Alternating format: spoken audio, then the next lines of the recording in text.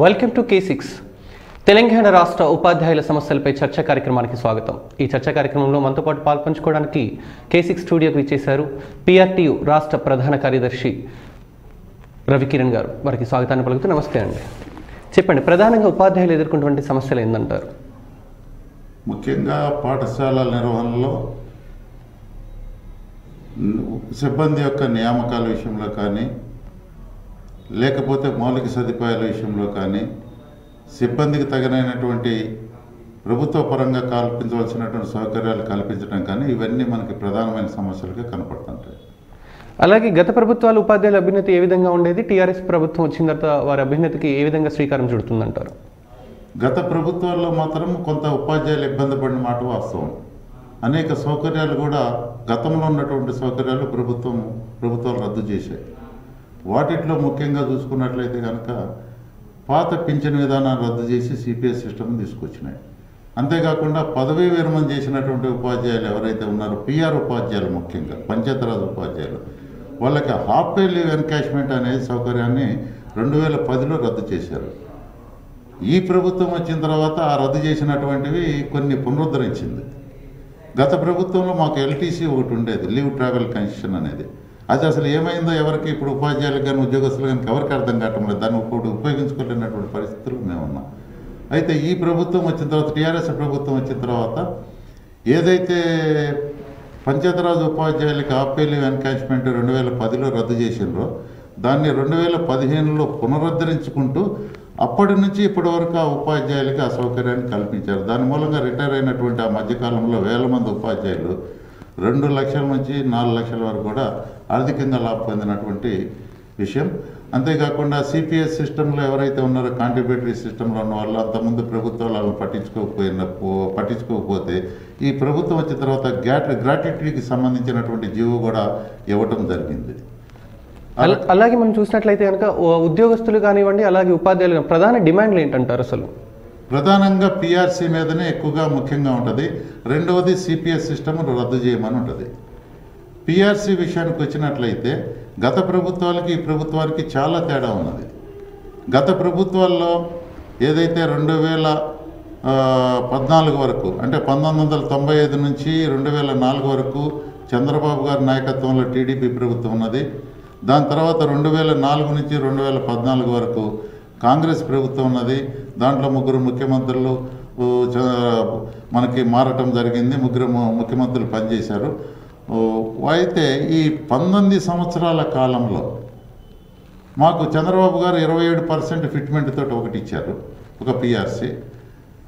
తర్వాతది మరల కాంగ్రెస్ ప్రభుత్వంలో మాకు ఒక 16% తోటి రాజశేఖర్ రెడ్డి గారు ముఖ్యమంత్రిగా ఉన్నప్పుడు ఇవ్వటం జరిగింది. దాని తర్వాత రోషయ్య గారు 39% తోటి ఫిట్మెంట్ తోటి ఇంకొక పిఆర్సీ ఇవ్వటం జరిగింది. అయితే ఇక్కడ చూసినట్లయితే ఈ పిఆర్సీల్లో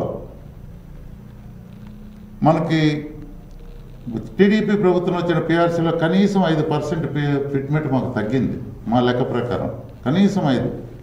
తర్వాతది రాజశేఖర రెడ్డి గారి ప్రభుత్వంలో ఇచ్చినటువంటి పిఆర్సీలోనేమో 15% దాకా తగ్గింది. అంటే 25% ఆ 2 పిఆర్సీల్లోనే ఉద్యోగ ఉపాధ్యాయులు నష్టపోయారు. ఆ రోజుల్లో ఒక్కొక్క ఫిట్మెంట్ 175 to 200 crores వర్త్, అంటే దాదాపుగా 3,500 నుంచి 4,000 కోట్లు ఉద్యోగ ఉపాధ్యాయులు కోల్పోయినట్లే. 19 సంవత్సరాల్లో 3 పిఆర్సీలు ఇచ్చారు వాళ్ళు.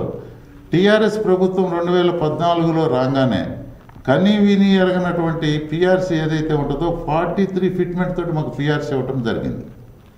అంతేకాకుండా ప్రభుత్వము రద్దు చేసే ముందే, అంటే ముందస్తు ఎన్నికలు పోకముందే పిఆర్సీ కమిటీని కూడా వేశారు. ఇప్పుడు ఏ ప్రభుత్వం వచ్చినా, టీఆర్ఎస్ అధికారంలోకి వచ్చినా ఇంకో ప్రభుత్వం కంపల్సరీ పిఆర్సీ ఇవ్వాల్సిందే. అంటే 5 సంవత్సరాలలో 2 పిఆర్సీలు వచ్చేటట్టుగా ఈ ప్రభుత్వం వ్యవహరించింది. అంటే మనకి 19 సంవత్సరాల్లో 3 పిఆర్సీలు ఎక్కడ, 5 సంవత్సరాల్లో 2 పిఆర్సీలు ఎక్కడ?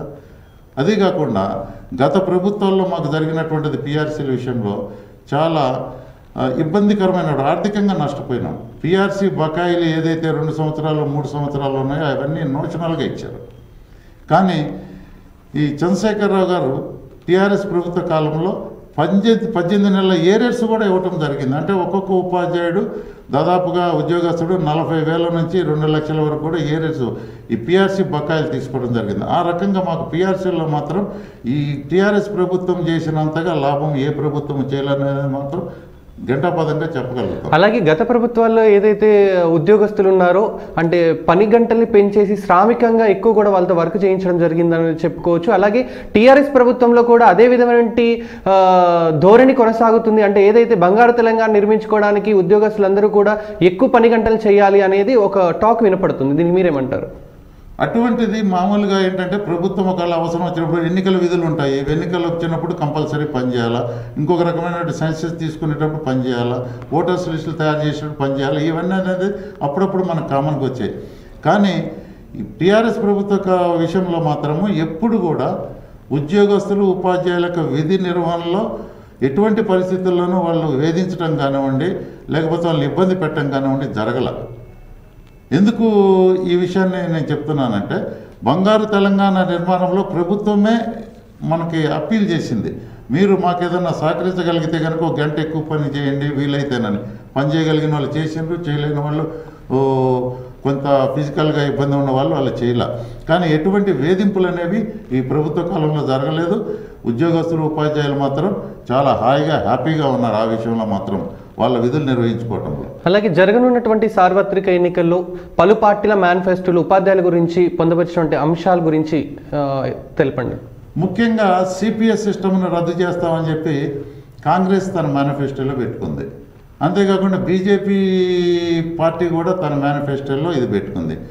ఇప్పుడు కాంగ్రెస్ ఎప్పుడైతే మేనిఫెస్టోలో పెట్టుకుందో ఉమ్మడి మేనిఫెస్టోలో కూడా ఇది వచ్చినాయి. అంటే ఉమ్మడి మేనిఫెస్టోలో మహాకూటమి మేనిఫెస్టో అనగానే మనకి ఇక్కడ కనపడేది ఏంటంటే కాంగ్రెసు, తెలుగుదేశం, సిపిఐ, ఈ మన కోదండరామ్ గారి పార్టీ అంటే పెద్దగా అది ఇవాళ కొత్తగా వచ్చింది కాబట్టి దానికి పాత సమస్యలతోటి కొత్త సమస్యలతోటి ఇబ్బంది లేదు. కానీ ఇక్కడ మనం ఒకటి అంటే మొత్తానికి బీజేపీ హయాంలో కానివ్వండి, టీఆర్ఎస్ కాంగ్రెస్ హయాంలో కానివ్వండి, టీడీపీ హయాంలో కానివ్వండి ఉపాధ్యాయుల్ని పట్టించుకున్నటువంటి ఏది కూడా దాఖలు లేవు. ఈరోజు టీఆర్ఎస్ ప్రభుత్వమే ఉపాధ్యాయులు అన్ని కృషి చేస్తుంది అని అంటారు. అంటే మొత్తానికి ఇప్పుడు మహాకూటమిని వ్యతిరేకించేటువంటి పరిస్థితి ఉందంటారు ఉద్యోగస్తులు కానివ్వండి, ఉపాధ్యాయులు కానివ్వండి. మొత్తానికి తప్పకుండా వీళ్ళు ఇప్పుడు ఉద్యోగస్తు ఉపాధ్యాయులను మభ్య పెడుతున్నారు సిపిఎస్ సిస్టమ్ విషయంలో కూడా. ఎందుకు నేను ఈ మాట అంటున్నానంటే అసలు బీజేపీ ప్రభుత్వమే ఎన్డీఏగా అక్కడ కేంద్రంలో ఉన్నప్పుడు ఈ సిపిఎస్ సిస్టమ్ తీసుకొచ్చి 1/1/2004 నాడు ఇంప్లిమెంట్ చేసింది. దాన్ని బేషరతుగా ఆ రోజు కాంగ్రెస్ బీజేపీ ఈ ఒక్క విషయంలోనే ఏకీభవించుకున్నాయి. మిగతా అన్ని విషయాలు విభేదించుకున్నాయి పార్లమెంట్లో. కానీ ఒక్క సిపిఎస్ సిస్టంలో వీళ్ళు ఒక మాట మీదకి వచ్చారు. తర్వాత అది అన్ని రాష్ట్రాల్లోనూ దీన్ని ఇంప్లిమెంట్ చేస్తే కేరళ, త్రిపుర, వెస్ట్ బెంగాల్లో దీన్ని ఇంప్లిమెంట్ చేయాలి. ఆనాడు ఇక్కడ మన ఉమ్మడి ఆంధ్రప్రదేశ్లో కూడా రాజశేఖర రెడ్డి గారు ముఖ్యమంత్రిగా ఉన్నప్పుడు 1/9/2004 నాడు ఈ సిపిఎస్ సిస్టమ్ అనేది అమలైంది. కానీ వారు అప్పటి నుంచి మేము ఇది రద్దు చేయమని కోరుతున్నా ఆ ప్రభుత్వాలు పట్టించుకోలేదు. ఇవాళ వాళ్ళ మేనిఫెస్టోలో పెట్టుకున్నారు వాళ్ళని అట్రాక్ట్ చేయడానికి. ఒక్క మాట మన ఉద్యోగస్తులు ఉపాధ్యాయులు కూడా గమనించాలా. మొన్ననే కర్ణాటక ఎన్నికలు జరిగినాయి. కర్ణాటక ఎన్నికలు అక్కడ కాంగ్రెస్ నేతృత్వంలోనే ఒక ఉమ్మడి పార్టీ ఒక రాజకీయంగా అధికారంలోకి వచ్చింది. మరి అక్కడ సిపిఎస్ సిస్టమ్ని ఎందుకు రద్దు చేయరు?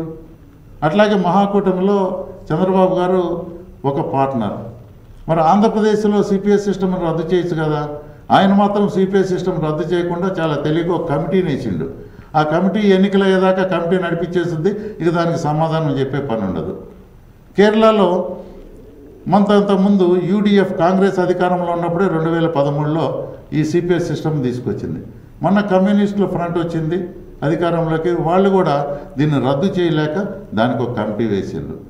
ఈ బీజేపీ కూడా మొన్ననే త్రిపురలో ఎన్నికలై వాళ్ళ అధికారంలోకి వస్తే ఆ త్రిపురలో కూడా ఇంప్లిమెంట్ చేసింది. జూలై 2018 నుంచి ఈ సిపిఎస్ సిస్టమ్ తీసుకొచ్చిండ్రు. అసలు ఈ సిపిఎస్ సిస్టమ్ని తెచ్చిందే వాళ్ళు, పెట్టిందే వాళ్ళు. ఉపాధ్యాయులకి ఉద్యోగస్తులకి కొత్తగా నియామకమైనటువంటి ప్రతి ఒక్కరికి కేంద్ర ప్రభుత్వ ఉద్యోగస్తులకి రాష్ట్రపతి ఉద్యోగస్తులకి నష్టం చేసింది వాళ్ళు. ఇవాళ వాళ్ళ మేనిఫెస్టోల్లో పెట్టుకున్నారు. ఖాళీ ఓట్ల కోసమే కానీ చిత్తశుద్ధి ఏ రకంగానూ లేదు. వాళ్ళకి సరైనటువంటి సమాధానం కూడా సిపిఎస్ సిస్టంలో ఉన్నటువంటి ఉద్యోగస్తులకి సరైన సమాధానం కూడా లేదు.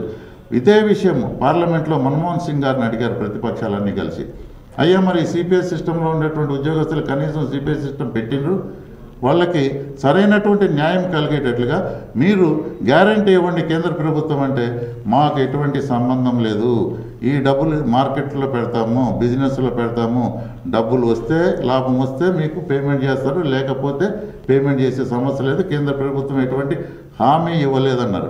మరి ఇక్కడ రాష్ట్ర ప్రభుత్వాలు పెడుతున్నారు, నేషనల్ పార్టీలకు సంబంధించిన రాష్ట్ర ప్రభుత్వాలు పెట్టేటటువంటి హామీలకి సంబంధం ఉండదు.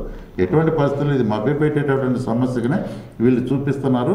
దీన్ని ఉద్యోగస్తులు ఉపాధ్యాయులు నమ్మే పరిస్థితుల్లో కూడా లేరు. ఓట్ల రాజకీయం కోసమే ఈ పని చేస్తున్నారు. అలాగే ఉద్యోగస్తుల్లో కానివ్వండి, అలాగే ఉపాధ్యాయుల్లో కానివ్వండి, టీఆర్ఎస్ ప్రభుత్వం మీద తీవ్రమైనటువంటి వ్యతిరేకత ఉండింది అనేది ప్రచారం కొనసాగుతుంది. దీనిపై మీరేమంటారు?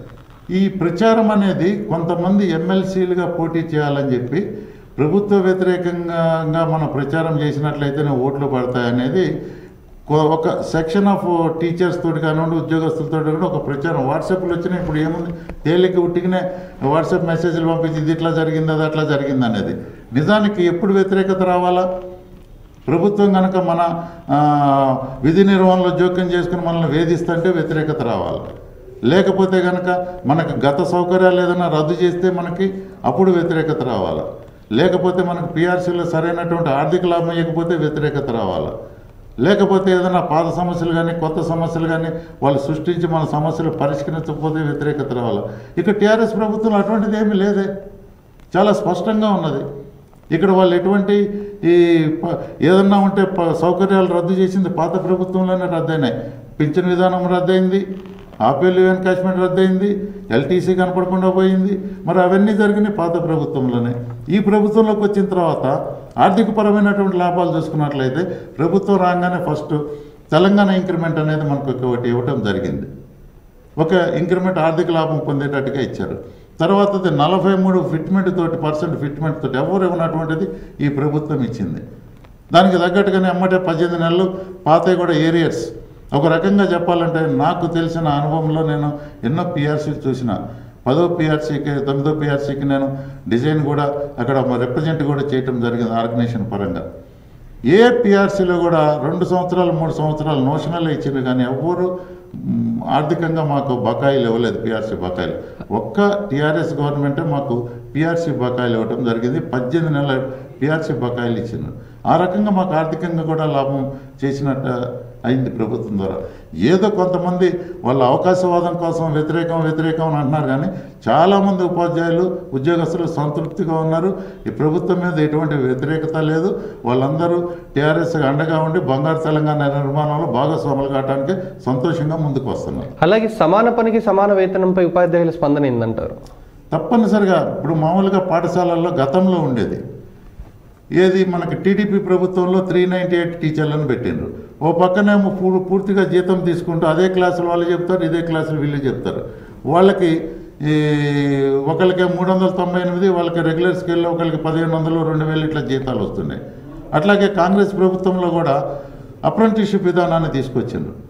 మంచి ట్రైన్డ్ క్యాండిడేట్స్ని డిఎస్సి ద్వారా సెలెక్ట్ చేసి 1500, 2000, 2500 జీతం ఇచ్చేవాళ్ళు. ఒకటే క్లాస్ రూమ్లో ఒకటే పద్ధతిలో కూర్చుని మనము అదే పాఠాలు అదే రకంగా మనం మాట్లాడుతూ ఉంటాను. కానీ మనకు ఏ రకంగా మనము చేయగలుగుతామనేది, వాళ్ళ మానసికంగా ఎట్లా ఫీల్ అవుతారనేది ప్రభుత్వం అర్థం చేసుకోవాలి. ఎటువంటి పరిస్థితుల్లోనూ ఏ పని చేసి ఒక పాఠశాలలో ఒక ఉపాధ్యాయుడిని నియమించినప్పుడు అందరు ఉపాధ్యాయులతో పాటు సమానంగా వేతనం వేయాల్సిందే. అంటే గత ప్రభుత్వాల్లో ఉన్నప్పుడు ప్రభుత్వ పాఠశాలలు మెరుగుపడినాయి అంటారా, లేకపోతే ఏ విధంగా ఉండేదంటారు? గత ప్రభుత్వ కాలం నుంచే ఏదన్నా కానీ ఒక్కసారిగా వ్యవస్థ నాశనం కాదు. స్లో పాయిజన్ ఇచ్చినట్లుగా ఇచ్చుకుంటూ వచ్చారు. అట్లా స్లో పాయిజన్కి ఇచ్చుకుంటూ రావటం వల్లగానే ప్రభుత్వ పాఠశాలల నిర్వీర్యమవుతూ పోతూ వచ్చింది. ఏది దాని యొక్క రిజల్ట్ ఇప్పుడు మనం అనుభవిస్తున్నాం అన్నమాట. పాఠశాలలో విద్యార్థుల సంఖ్య తగ్గటం కానివ్వండి, ఇంకొక రకంగా సరైనటువంటి మౌలిక సదుపాయాలు కల్పించలేక ఈరోజు పూర్తిగా ప్రభుత్వ పాఠశాలలో విద్యార్థుల సంఖ్య తగ్గిపోవడంతో టీఆర్ఎస్ ప్రభుత్వము తీసుకున్నటువంటి నిర్ణయాలు ఏంటి అంటే, ప్రభుత్వ పాఠశాల ఏదైతే విద్యార్థుల సంఖ్య తగ్గిపోతుందో ఆ పాఠశాలన్నింటిని కూడా తీసివేయాలి అనే దాని మీద ఈరోజు ఉపాధ్యాయులు ఏమంటున్నారు? అది పొరపాటు. కొంతమంది వితండవాదం చేస్తారు. ఎందుకంటే ప్రభుత్వం కూడా గురుకులాలు స్థాపించింది, కానీ వందల సంఖ్యలో దేనికోసం స్థాపించిందని మనం ఒకసారి అర్థం చేసుకోవాలి. మామూలుగా పేరెంట్స్కి ఈ ప్రభుత్వ పాఠశాల మీద కొంత నమ్మకం సన్నగిల్లింది. దానికి అదొకటి కారణం. రెండవది ఇంగ్లీష్ మీడియం కావాలనేది వాళ్ళ కోరిక. ఇక్కడ ప్రభుత్వ పాఠశాలలో పూర్తిగా తెలుగు మీడియంలోనే ఉంటుంది. ఈ వీళ్ళకి నమ్మకం తగ్గటానికి కూడా ప్రభుత్వ అంటే తల్లిదండ్రుల్లో నమ్మకం సన్నగిల్లింది అంటే ఇది అధికారుల నిర్లక్ష్యం అంటారా, ప్రభుత్వ నిర్లక్ష్యం అంటారా, ఉపాధ్యాయుల నిర్లక్ష్యం అంటారా? ప్రభుత్వ పాలసీలే ఉపాధ్యాయులకి శాపంగా మారినాయి. ఇవాళ వాళ్ళ మీద అట్లా అనుమానం కలగటానికి ప్రభుత్వ పాలసీలే. ఎందుకు నేను ఈ మాట అంటున్నానంటే, విద్యా హక్కు చట్టంలో వీళ్ళు ఏం చేశారు, ప్రతి ఉన్నత పాఠశాలలోనూ స్కూల్ అసిస్టెంట్ పోస్టులే ఉండాలన్నారు అన్ని సబ్జెక్టులకి. రెండవది స్టూడెంట్ టీచర్ రేషియో పెట్టారు. 20 మంది పిల్లలు ఉంటే ఒక్క టీచర్ ఉండాలా, 40 మంది పిల్లలు ఉంటే 2 టీచర్లు ఉండాలనేది ఆ రకమైనటువంటి పాలసీలో తీసుకొచ్చారు. 5 క్లాసులు ఉంటాయి, 20 మంది పిల్లలు ఉంటారు, వాళ్ళకి ఒకటే టీచర్ని పెట్టినట్లయితే ఏ రకంగా ఆ పిల్లలకి విద్యాబోధన అతను చేస్తాడనేది అధికారులు గుర్తించాలి. కానీ ఇక్కడ అధికారులు చాలా నిర్లక్ష్యంగా వ్యవహరించారు. మనకి ఇక్కడ ప్రభుత్వ పాఠశాలలు ఎప్పుడు కూడా వ్యాపార దృష్టితో చూసుకోకూడదు. మనకిక్కడ వాడికి విద్యా హక్కు చట్టం ప్రకారము బాలబాలికలకి మన రాజ్యాంగ ప్రకారం దొరికినటువంటి హక్కు ప్రకారం వాళ్ళకి చదువు చెప్పాల్సిందే. 1వ తరగతి నుంచి 10వ తరగతి ఉచిత విద్యని, నిర్బంధ విద్యని వాళ్ళకి ఇవ్వాల్సిందే. మరి ఆ రకంగా ఇవ్వాల్సినటువంటి పరిస్థితి ఏర్పడినప్పుడు ఇక్కడ టీచర్స్ స్టూడెంట్స్ రేషియో ప్రకారము మనము చేసినట్లయితే ఏ రకంగా అక్కడ వస్తారు? ప్రతి ఒక్కడు ఏం చూస్తాడు, నా పిల్లవాడికి రోజు టీచర్ ఉండాలా. అందుకని మేము ఏం డిమాండ్ చేస్తున్నామంటే, ఒక పాఠశాలకి ఎన్ని తరగతులు ఉంటాయో అన్ని గదులు ఉండాలా, ప్రతి గదిలో ఒక టీచర్ ఉండాలా. అప్పుడు మాత్రమే ప్రభుత్వ పాఠశాలలు పటిష్టంగా ఉంటాయి. ఆ రకమైనటువంటి సిచ్యువేషన్ లేకుండా ప్రాథమిక పాఠశాలల్లో వీళ్ళు చేసినటువంటి స్టూడెంట్ టీచర్స్ రేషియో ప్రకారము కొంచెం ఇబ్బందికరమైనటువంటి పరిస్థితులు ఏర్పడటం మూలంగా విద్యార్థుల సంఖ్య తగ్గింది, ఒక కారణం. రెండో కారణము ఇంగ్లీష్ మీడియం మీద మోజుతోటి కానివ్వండి, ఇప్పుడు ప్రజెంట్గా భవిష్యత్తులో వాళ్ళకి ఇంగ్లీష్ వస్తేనే బాగుంటుందనే విషయంలో అక్కడ తల్లిదండ్రులు ఆలోచన చేస్తున్నారు. కాబట్టి అదొక రెండో రీజన్ అయి ప్రైవేటు పాఠశాలల వైపు ఆకర్షితులయ్యారు. అలాగే మనం అంటే మేజర్గా మనం చూసినట్లయితే కనుక ఏదైతే ఈ గురుకులాలు కానివ్వండి, అలాగే హాస్టల్స్ కానివ్వండి, ఈ విధంగా ఏదైతే ఎక్కువ నిర్మిస్తూ ఉందో రాష్ట్ర వ్యాప్తంగా కొన్ని వందల సంఖ్యలో గురుకులాలని ఈరోజు టీఆర్ఎస్ ప్రభుత్వం తీసుకొచ్చింది. అంటే గురుకులాలను తీసుకొస్తూనే ప్రభుత్వ పాఠశాల మూసివేస్తున్న సందర్భం. అంటే ఒక దాన్ని తెరిపిస్తూ ఇంకొక దాన్ని మూతవేయడం పట్ల ప్రజలు కూడా అంటే వ్యతిరేకత భావంతో చూస్తున్నారు. దీన్ని మీరేమంటారు? గురుకులాలు స్థాపించడంలో ప్రభుత్వము వాస్తవంగా ఉద్దేశము ప్రభుత్వ పాఠశాలలు మూసేయాలని కాదు. గురుకులాలలో చదివేటటువంటి పిల్లలు ప్రైవేటు పాఠశాల నుంచి ఎక్కువ మంది వస్తున్నారు. నేను కూడా ఎన్నో గురుకులాల్లో గమనించిన. ఎందుకు అంటే ఇక్కడ ప్రభుత్వ పాఠశాలకు ఏమాత్రం నష్టం జరుగుతుంది అనేది ప్రభుత్వానికి రిప్రజెంట్ చేయడానికి నేను చాలా గురుకులాల్లో గమనించినాను. అక్కడికి వెళ్ళిన తర్వాత విద్యార్థులు ఎక్కడి నుంచి వచ్చారంటే దాదాపుగా 80 to 85% ప్రైవేటు పాఠశాల నుంచి వస్తున్నారు, 15% మాత్రమే ప్రభుత్వ పాఠశాల నుంచి వస్తున్నారు. ఎందుకు ప్రభుత్వం కూడా ఈ చర్య తీసుకుందంటే, పిల్లలకి సరైనటువంటి వసతి సౌకర్యం, ఇంటి దగ్గర నుంచి వాడు సరైనటువంటి తిండి తినకుండా ప్రభుత్వ పాఠశాలకు వస్తున్నాడు, ఆ రకంగా అక్కడ విద్యాబోధనలో వాడు సరిగ్గా గ్రహించుకోలేకపోతున్నాడు, లేకపోతే మా పిల్లవాడికి మంచి చదువు కావాలని చెప్పి పేద తల్లిదండ్రులైనా కానీ ఎక్కువ ఫీజులు చెల్లించి ఈ ప్రైవేటు పాఠశాలల్లో చదివిస్తున్నారు. వీటన్నిటిని దృష్టిలో పెట్టుకుని పేద విద్యార్థులకి, పేద తల్లిదండ్రులకి విద్యాభారము, విద్య మూలంగా వాళ్ళకి పిల్లలు చదివించడం మూలంగా వాళ్ళ మీద ఆర్థిక భారం పడకూడదనే ఒక సదుద్దేశంతో మాత్రమే ప్రభుత్వం ఈ గురుకుల పాఠశాలలు అనేవి ఇంగ్లీష్ మీడియం స్థాపించింది. అంటే ఈ రకంగా గురుకులాలు ఏర్పాటు చేస్తున్నా కూడా మరోవైపు చూస్తే పుట్టగొడుగుల్లాగా ప్రైవేట్ విద్యా సంస్థలు పుట్టకొస్తూ ఉన్నాయి. అంటే విద్యార్థుల సంఖ్య పెరిగిందంటారా, లేకపోతే ప్రైవేట్కి ప్రభుత్వం కొమ్ము కాస్తుందంటారా? ప్రైవేటుకి ప్రభుత్వం ఎప్పుడు కొమ్ము కాస్తున్నట్టుగా కనపడలా. ఎందుకు అన్నట్లయితే, ఒకవేళ కనుక ప్రైవేటు పాఠశాలకు కొమ్ము కాయాలి అనుకుంటే గురుకులాలు స్థాపించరు వాళ్ళు. ఇవాళ గురుకులాల్లోకి వచ్చేటటువంటి స్ట్రెంగ్త్ మొత్తంలో 85% ప్రైవేటు పాఠశాల నుంచే వస్తుంది. అంటే ఇక్కడ ప్రభుత్వ దృష్టి ప్రైవేటు పాఠశాలను కొమ్ము కాయాలా లేకపోతే ఇది కాదు. ముఖ్యంగా పేద తల్లిదండ్రులకి వాళ్ళ పిల్లల్ని చదివించుకోవడానికి సరైనటువంటి సౌకర్యాలు కలిగి సరైనటువంటి నాణ్యమైనటువంటి విద్య అందాలనే ఒక సదుద్దేశంతో ఈ గురుకులాలు స్థాపించారు. దాంట్లో వాళ్ళకి బట్టల దగ్గర నుంచి, యూనిఫామ్ల దగ్గర నుంచి, మంచి ఫుడ్, ఒక్కొక్క విద్యార్థి మీద 1,20,000 సంవత్సరానికి ఖర్చు పెడుతున్నారంటే ఏ రకమైనటువంటి క్వాలిటీ ఎడ్యుకేషన్, క్వాలిటీ ఫుడ్, సౌకర్యాలు కల్పిస్తున్నారనేది ఒకటి మనం ఆలోచించేయాలి.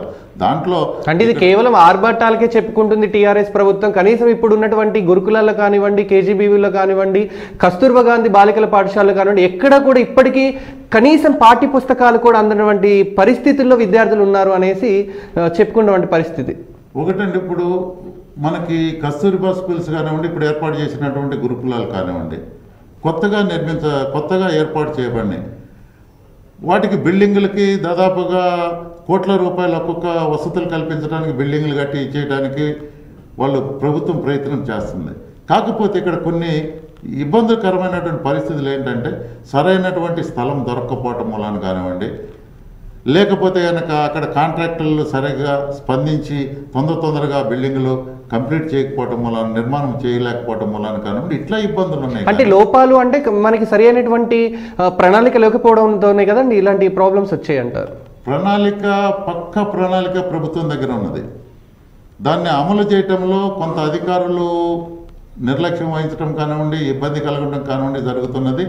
తర్వాతది ఎక్కడైతే గురుకులాలు ఉన్నాయో అక్కడ కూడా గ్రామస్తులు కూడా సహకరించాలి. ఇక్కడ పలానా ల్యాండ్ ఉంది, దీన్ని తీసుకుని మీరు నిర్మాణం చేపట్టండి, ఈ రకంగా వాళ్ళు కూడా సహకరించాలి.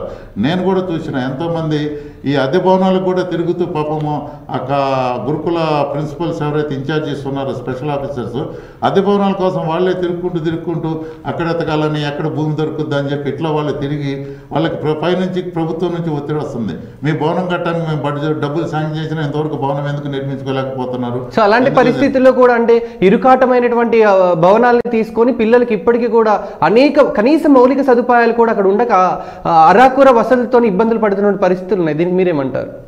తప్పనిసరిగా ఇప్పుడు ఏదైతే కొత్తగా మనం ఏ పాలసీని పెట్టినా కానీ కొన్ని ఇబ్బందులు అనేవి ఉంటాయి.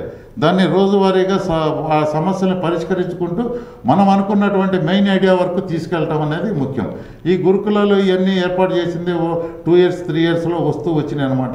ఇది ముఖ్యమంత్రి గారు ఎటువంటి పరిస్థితుల్లోనూ పేద విద్యార్థులకు నాణ్యమైనటువంటి విద్య అందాలా, ఇంగ్లీష్ మీడియంలో అందాలనేది ఆయన ఉద్దేశం, సదుద్దేశంతో ఈ స్కీమ్ స్టార్ట్ చేశారు.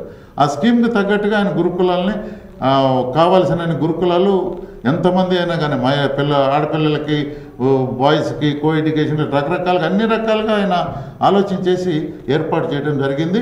వాటికి సరైనటువంటి సదుపాయాలు కల్పించడానికి ఎప్పుడెప్పుడు ప్రభుత్వం కూడా తీవ్రంగా కృషి చేస్తుందనే విషయాన్ని మాత్రం ఈ సందర్భంగా స్పష్టంగా తెలియజేస్తారు. అలాగే మనకి పింఛన్దారుల సమస్యలను ప్రభుత్వము ఆలకిస్తుందంటారు? తప్పనిసరిగా, ఎందుకంటే సరైనటువంటి రిప్రజెంటేషన్ ద్వారా మనం వెళ్ళాలి. ఇప్పుడు పెన్షన్దారులు కూడా మొన్ననే ముఖ్యమంత్రి గారు ఒక సమావేశంలో ప్రకటించారు, మీ సమస్యలు ఏదన్నా ఉంటే కనుక పరిష్కరించడానికి మీకు సరైనటువంటి వేదిక లేదంటున్నారు కదా, ఆ వేదిక నేను ఏర్పాటు చేస్తాను, పింఛన్దారుల డైరెక్టరేట్ను దాన్ని ఏర్పాటు చేస్తాను, మీ ఎప్పటికప్పుడు ఏ సమస్యనన్నా కానీ వాటిని పరిష్కరించుకోవడానికి వీలుగా మీకు నేను ఏర్పాటు చేస్తానని చెప్పి హామీ ఇవ్వడం జరిగింది. దాంట్లో వాళ్ళకు కూడా ముఖ్యమైనటువంటి సమస్య మాకు ఒకటి ఉన్నది. ఏదంటే ఇంతకుముందు 75 సంవత్సరాలకి పాత పెన్షన్లో మళ్ళీ 15% యాడ్ అయ్యేది. ఇప్పుడు 70 సంవత్సరాలకి ఇవ్వమని అడుగుతున్నారు. అదొకటే మేజర్ సమస్య. మిగతా చిన్నగా అక్కడక్కడ పెన్షన్దారులకు ఏదైనా సమస్యలు వస్తే కనుక డైరెక్ట్ అదే వ్యక్తిగత సమస్యలు కానివ్వండి, వాళ్ళ ఇండివిజువల్ సమస్యలు పరిష్కరించాలి. మాస్గా అయితే పెద్ద సమస్యలు ఏమి లేవు, మాకు అదొకటి మాకు కావాలా. తర్వాత మెడికల్గా కూడా కొంత పెన్షన్దారులకి ఎక్కువ ఏజీ ఒకవేళ వాళ్ళు జీవించినట్లయితే కనుక అనేక సమస్యలు వస్తుంటాయి, ఆర్థికపరమైనటువంటి సమస్యలు వస్తుంటాయి. మెడికల్గా కొంచెం ఆదుకునేటటువంటి పెన్షన్దారులను మెడికల్గా ఆదుకునేటటువంటి ఇప్పుడు ఉన్నటువంటి స్కీముల కన్నా, మెడికల్ రియంబర్స్మెంట్ కన్నా కొంచెం ఎక్కువగా పెన్షన్దారులకి అవకాశం ఇవ్వాలని కూడా మేము కోరుతున్నాము. మరి ప్రభుత్వం కూడా దానికి సానుకూలంగానే స్పందించింది.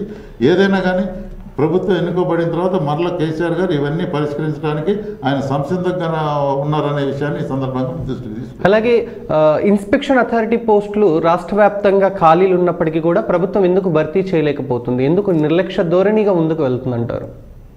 ఈ ఇన్స్పెక్షన్ అథారిటీ పోస్టులు అయినటువంటి ఎంఈఓలు కానీ, డిప్యూటీ డిఓలు కానీ, లేకపోతే డైట్ కాలేజీలో ఉండేటటువంటి లెక్చరర్ పోస్టులు కానివ్వండి, ఇవన్నీ సర్వీస్ రూల్స్కి లింకప్ అయి ఉన్నాయి. జేఎల్సీ పోస్టులు ఇవన్నీ సర్వీస్ రూల్స్కి లింకప్ అయి ఉన్నాయి. దాదాపుగా ఈ సమస్య అనేది పంచాయతీరాజ్ ఉపాధ్యాయులు, ప్రభుత్వ ఉపాధ్యాయులు ఏకీకృత సర్వీసు నిబంధనలు అనేవి రాష్ట్రపతి ఉత్తర్వుల ద్వారా విడుదలవ్వాలి.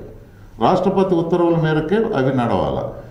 ఇక్కడ గత ప్రభుత్వాలు ఏదైతే ఉన్నాయో ముఖ్యమంత్రులు 4-5 పోయారు, వాళ్ళు అందరూ కూడా ఎప్పుడు కూడా సరైన రీతిలో స్పష్టంగా స్పందించాల. ఇది 30 సంవత్సరాల నుంచి ఉన్న తీవ్రమైనటువంటి సమస్య ఇది. కానీ టీఆర్ఎస్ ప్రభుత్వం వచ్చిన తర్వాత చాలా చొరవగా చాలా తొందరగా రాష్ట్రపతి ఉత్తర్వులను తీసుకొచ్చి పెట్టారు.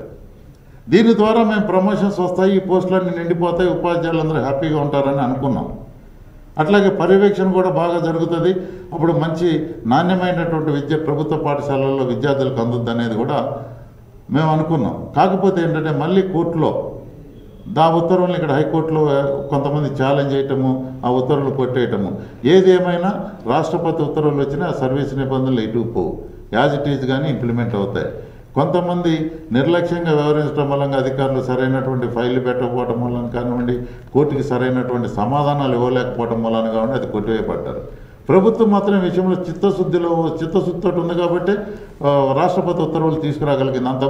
అంతమంది ముఖ్యమంత్రులు ట్రై చేసినా ఎవరితోటి కాలేదు. నేను కూడా రాష్ట్ర ప్రధాన కార్యదర్శి కొన్నప్పుడు 10 సార్లు ఢిల్లీ పోయినాం అందరం. అప్పుడు అక్కడ కాంగ్రెస్ ప్రభుత్వం ఉంది, ఇక్కడ కాంగ్రెస్ ప్రభుత్వం ఉంది. కాంగ్రెస్ ప్రభుత్వం తరఫున రిప్రజెంటేటివ్స్ని కూడా తీసుకుని వెళ్ళాం. ఆ రోజు కూడా అప్పుడు కానీ కేసీఆర్ గారు మాత్రం ఈ విషయంలో ఎప్పటి నుంచో ఉన్నటువంటి దీర్ఘకాలిక సమస్యని పరిష్కరించడంలో ఆయన చాలా చొరవ చూపారు. ఉపాధ్యాయులకు మేలు చేయడానికి ఆయన మ్యాక్సిమం కృషి చేశారు. ఒక ఆలోచనతో కూడా ఉన్నారు. దురదృష్టం కొద్దీ మళ్ళీ కోర్టులో ఆ కేసు హైకోర్టులో కొట్టేయటం మూలంగా ఇప్పుడు కొంచెం ఇబ్బంది ఏర్పడింది. ఏది ఏమైనా త్వరలో ఆ సమస్య కూడా పరిష్కరించబడి ఈ పర్యవేక్షణాధికారుల పోస్టులన్నీ కూడా పదోన్నతుల ద్వారా ఉపాధ్యాయులకి నింపబడతాయి. కొత్త వారికి పోస్టింగ్లు కూడా అవుతాయి. అలాగే ప్రస్తుతం కొనసాగుతున్నటువంటి ప్రభుత్వ పాఠశాలలో కనీస మౌలిక సదుపాయాలంటే తాగునీటి సమస్య కానివ్వండి, అలాగే మరుగుదొడ్లు కానివ్వండి, క్రీడా మైదానం కానివ్వండి లేని పాఠశాలలు ఇప్పటికీ కూడా కొనసాగుతున్నాయి. దీనిపై మీరేమంటారు? చాలా ప్రభుత్వ పాఠశాలల్లో అప్పట్లో రాజీవ్ విద్యా మిషన్ ద్వారా కానివ్వండి, డెపెప్ ద్వారా అంత ముందు ఉన్నటువంటి ఆ స్కీమ్ ద్వారా కానివ్వండి, కాంపౌండ్ వాల్ కట్టాం. ఫస్ట్ ముందుగా పరిశుభ్రంగా ఉండాలంటే కాంపౌండ్ వాల్ ఉండాలి. కాంపౌండ్ వాల్ ఉంటే దాంట్లో నుంచి ఎటువంటి పశువులు కానీ జంతువులు కానీ ప్రవేశించకుండా అదొక శుభ్రంగా ఉండేటటువంటి అవకాశం ఉంటుంది.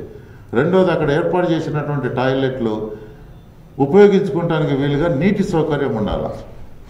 ఒకవేళ టాయిలెట్లు కట్టించినా నీటి సౌకర్యం మీద దృష్టి పెట్టడం లేదు. ఎప్పుడైనా కానీ ప్రభుత్వం ఏ రకంగా అధికారులే చూడాలి ఇది. ఎందుకంటే అధికారులు కూడా ఇక్కడ తప్పుడు అంచనాలతో ఉంటున్నారు. ఎంతసేపు కింద ఉద్యోగస్తులను ఇబ్బంది పెట్టేటటువంటి ఆలోచన చేస్తున్నారు. కానీ వాళ్ళు చేసేటటువంటి తప్పులకి నేను ఒకటి చిన్న ఎగ్జాంపుల్ చెప్తా. మిడ్ డే మీల్స్కి రూములు కట్టారు, 120 కోట్లు ఖర్చు పెట్టారు. ఒక స్కీము, ఈ రూమ్ ఇంత ఉండాలా, పొడవు ఎంత ఉండాలా, వెడల్పు ఎంత ఉండాలని పెట్టి అదే డిజైన్ ఇచ్చి పంపించిండ్రు. చివరికి వచ్చేటప్పటికల్లా రూమ్ కట్టిన తర్వాత చూస్తే గిన్నె తిన్నగా లోపలికి పోదు, బయటికి రాదు. కట్టెలు పోయి ఉంటే కనుక గుండ్రంగా తిరగటానికి కూడా లేనంత సన్నగా కట్టిండ్రు. 120 కోట్లు గంగలో పోసినట్లుగైంది. మళ్ళీ కొత్తగా కిచెన్ షెడ్లు కట్టడం మొదలుపెట్టిండ్రు. అంటే అధికారులు ఏదన్నా కానీ ఒక సిస్టమ్ని చేసినట్లయితే, ఒకవేళ టాయిలెట్లు కట్టాలి అనుకుంటే నువ్వు అన్ని స్కూళ్ళకి ఒకసారి కట్టబాకు. డబ్బులు మనకి బడ్జెట్ ప్రాబ్లం ఉంటాయి కనుక కొన్ని ఇవాళ 25% ఈ సంవత్సరం క్లియర్గా వాటికి కాంపౌండ్ వాళ్ళతో సహా ఎంతమంది విద్యార్థులు ఉన్నారో వాళ్ళకి సరిపోయేటటువంటి ఆడపిల్లలకి మగపిల్లలకి టాయిలెట్స్ ఏర్పాటు చేసి ఆ టాయిలెట్స్ క్లీనిక్కి సంబంధించినటువంటి వాటర్ ఫెసిలిటీ అది బోర్ ద్వారా ఇస్తావా, అక్కడ బోర్లు పడకపోతే మరి పంచాయతీ నుంచి తీసుకొచ్చి ట్యాప్ కనెక్షన్స్ ఇస్తారా, ఏ రకంగా కానీ వచ్చిందా లేదా అనేది స్పష్టంగా వాళ్ళు చూడాలి. తర్వాత వాటి క్లీనింగ్కి ప్రత్యేకమైనటువంటి ఒక వ్యక్తిని ఆ గ్రామంలో నియమించాలి.